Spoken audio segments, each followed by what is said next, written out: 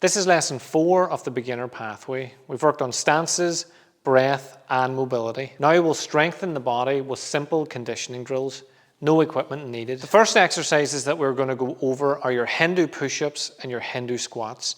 So these are a bit more advanced than just push-ups and squats, but I think you get a lot more out of it. If you need to go back to just doing push-ups, then do that. If you need to start on your knees, then do that. So the first one is the Hindu push-up. So we start off with our hands and feet on the floor, and we push our butt up to the sky. And the goal is to come forward and then arc up, and then we just drop back, driving our heels to the ground. We go forward, arc, and then back. If you need to, you can just go here and here to begin with. But ideally, you want to be able to do the full swoop and pop back.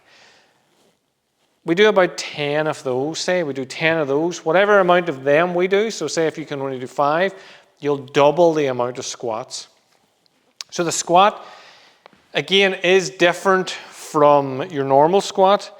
You start off about shoulder width apart. You are up on your toes. Your hands are at your side. You drop down, heels stay off the ground. You pull your hands up as you come up.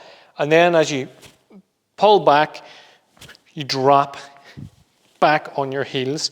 So from the side, we're up on our toes. Hands go down, scrape, pull. So the movement is that. So that's the rhythm. The rhythm that you're aiming for is you drop down, up.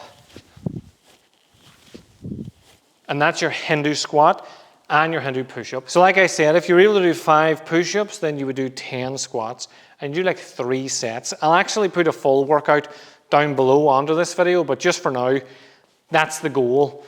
5 and 10, 3 times. As you know, whenever you're doing your Kung Fu, you're using your entire body. So a bear crawl is an amazing technique that you can do anywhere. Again, you don't need any equipment, you can do it anywhere. And it'll help you to build strength.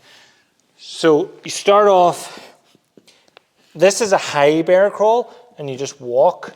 This is your bear crawl. Or you can do a low bear crawl where your knees stay close to the ground. What I like to do with my hand is I like to peel my hand on and off. So I'm stretching through. So when I'm here, when I step, I peel and land and peel. The reason I like that is because we strike with a lower palm, side palm, edge, back of the wrist. So if we're able to hold our full body weight in those awkward positions, then it's going to make it much easier for us when we are striking people. So with a bear crawl, I like to do 30 seconds, so 15 forward, 15 back. And again, just do about 3 sets of that. Then over time, you can just play with it again, just add longer time, more movement. I'll do a deep dive video later on, but for now, if you can do the high or the low bear crawl, 3 sets of 30 seconds, you're flying. Every workout I do in the gym starts off with some sort of jumping.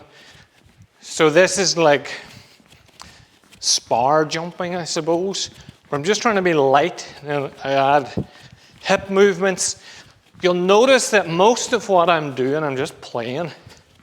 So I'm bouncing here more than jumping, I suppose. And I'll do anywhere from 5 to 10 minutes in this. There's so many health benefits to it that I'm not going to get into today. We just want to build a bit of strength and movement. So once you've done a wee bit of bouncing, you can settle. You're just going to jump. Seems simple, but 5 jumps, landing light. You're not, boom, landing heavy. I'll hold the mic so it doesn't drop, but I'm jumping. Not heavy. That's heavy. This is what I'm looking for. Nice and light. So I do 5 to 20 of those after I've just bounced around for a while. So you might need a warm-up before you do any of these movements, but there's so many ways of making the movement easier or to fit your body that sometimes you can just go straight into these cold. But it's down to you. Test what you're doing. Check out the movements. How do they feel when you do them yourself? Then you'll know how much you can build them or how much you need to pull them back. Finally, you want to strengthen your stances. There's no point you being in a low horse stance at the whole time you're trembling and really trying to get out of the stance. So the easiest thing to do, first of all, I'll just use this as an example, is a wall sit. So just slide down, back straight, and just hold the position. Don't bang your head on things, but this is just your wall sit. So you can do it shallow, or you can go wide like your horse stance. I'm pressing in and I'm just holding here. So this is my wall sit that I can do. Or as well, or and, we'll go with or and. Just practice holding variations of your horse stance. So maybe a high one, hips rolled, knees here, maybe a wee bit lower. And over time, you might discover, right, I can do 10 seconds here, then I need to go up here for the last 5, and then I need to stand. If you're like that, then you would go here for 10, here for 10, and then go back down, and you can do wee bounces. But over time, you want to just hold a good, strong position. So when you build the stance, it means that when I started out, I started off with low horse stance. So when I went to my first weekend away, and we never did much low horse stance, we did all upper horse stance, everything we were doing. I found it incredibly easy because I had been here the whole time. So when I got to just be up here, I found it easy. But the people that hadn't trained low horse stance, they found it incredibly difficult because this is a hard stance to hold if you're used to just standing like this.